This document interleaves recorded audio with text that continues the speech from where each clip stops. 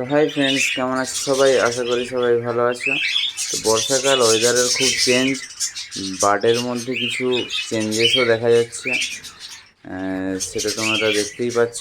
মোটামুটি ব্রিডিং পুরো প্রোগ্রেস একদম ভালো মতন চলছে।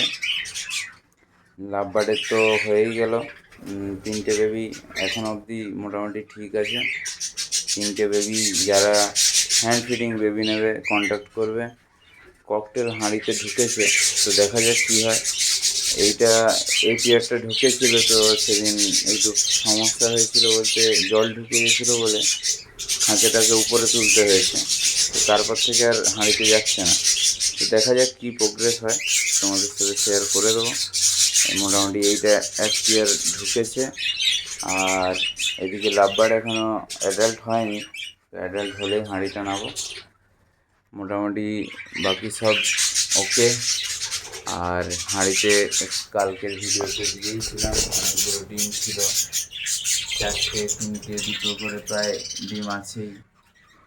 মোটামুটি কিছুদিনের মধ্যেই ফার্স্ট বেবি দেখতে পাবো আমরা।